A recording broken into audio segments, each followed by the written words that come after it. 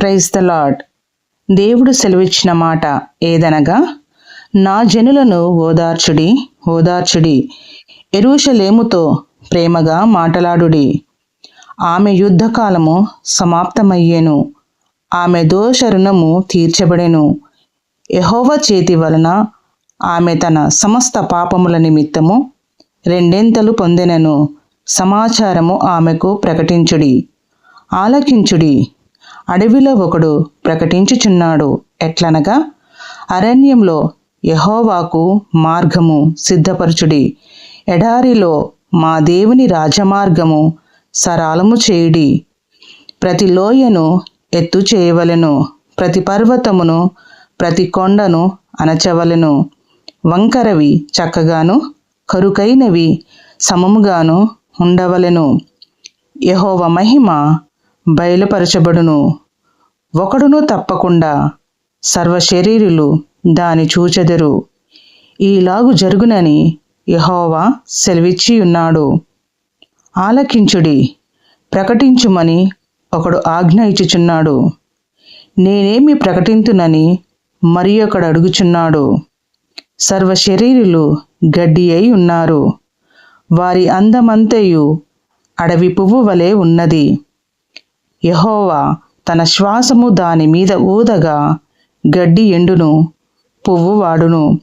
నిశ్చయముగా జనులు గడ్డి వంటి వారే. గడ్డి ఎండిపోవును, దాని పువ్వు వాడిపోవును.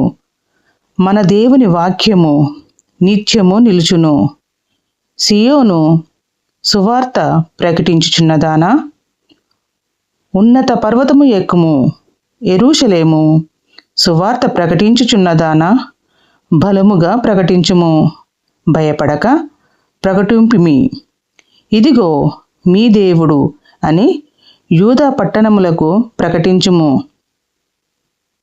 ఇదిగో తన బాహువే తన పక్షమున ఏలుచుండగా, ప్రభువగు యెహోవా తానే శక్తి సంపన్నుడై వచ్చును. ఆయన ఇచ్చు బహుమానము ఆయన యొద్దనున్నది. ఆయన చేయు ప్రతీకారము ఆయనకు ముందుగా నడుచుచున్నది. గొర్రెల కాపరి వలె ఆయన తన మందను మేపును.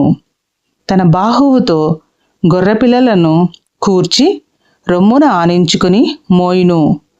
పాలిచ్చు వాటిని ఆయన మెల్లగా నడిపించును.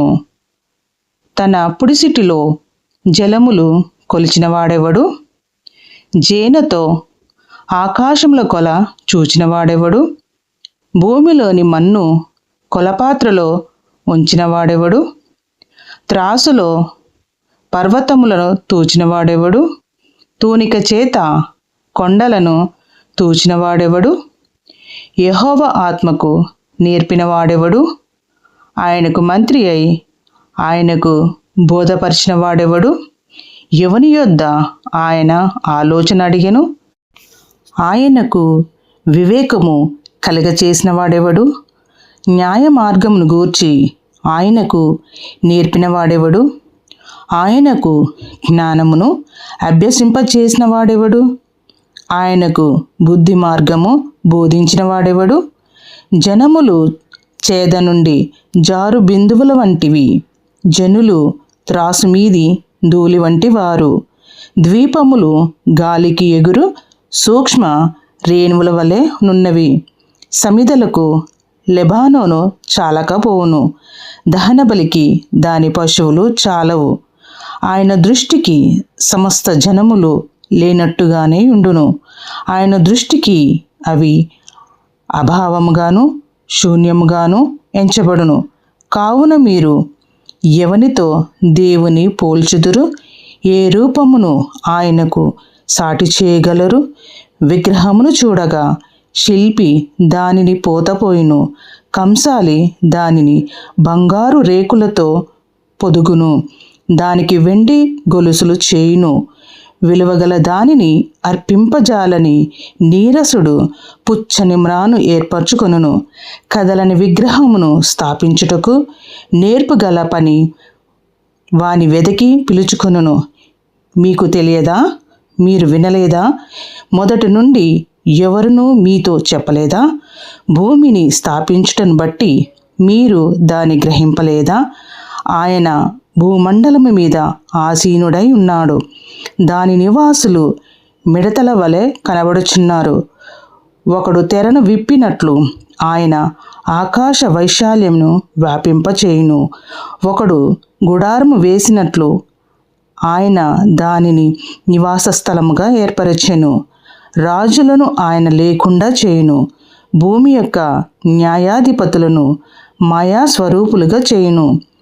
వారు నాటబడగనే విత్తబడగనే వారి మొదలు భూమిలో వేరు తన్నక మునుపే ఆయన వారి మీద ఊదగా వారు వాడిపోవుదురు. సుడిగాలి పొట్టును ఎగరగొట్టునట్లు ఆయన వారిని ఎగరగొట్టును. నీవు ఇతనితో సమానుడవని మీరు నన్నెవనికి సాటి చేయుదురు అని పరిశుద్ధుడు అడుగుచున్నాడు. మీ కన్నులు పైకెత్తి చూడుడి. వీటిని ఎవడు సృజించెను? వీటి లెక్క చొప్పున వీటి సమూహములను బయలుదేరజేసి వీటన్నిటికీ పేరులు పెట్టి పిలుచువాడే కదా. తన అధిక శక్తి చేతను తనకు కలిగి ఉన్న బలాతిశయము చేతను ఆయన ఒక్కటి అయినను విడిచిపెట్టడు. యాకోబు, నా మార్గము యెహోవాకు మరుగై ఉన్నది, నా న్యాయము నా దేవుని దృష్టికి కనబడలేదు అని నీవేలా అనుచున్నావు? ఇశ్రాయేలు, నీవేలా ఇలాగు చెప్పుచున్నావు? నీకు తెలియదా? నీవు వినలేదా? భూదిగంతములను సృజించిన యెహోవా నిత్యుడగు దేవుడు. ఆయన సొమ్మసిల్లడు, అలయడు.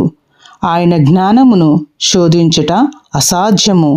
సొమ్మసిల్లిన వారికి బలమిచ్చువాడు ఆయనే. శక్తిహీనులకు బలాభివృద్ధి కలుగు చేయువాడు ఆయనే. బాలురు సొమ్మసిల్లుదురు, అలయుదురు. యవ్వనస్తులు తప్పక తొట్టిల్లుదురు. యెహోవా కొరకు ఎదురుచూచువారు నూతన బలము పొందుదురు. వారు పక్షిరాజుల వలె రెక్కలు చాపి పైకి ఎగురుదురు. అలేక పరిగెత్తుదురు, సొమ్మసిల్లక నడిచిపోవుదురు. Praise the lord.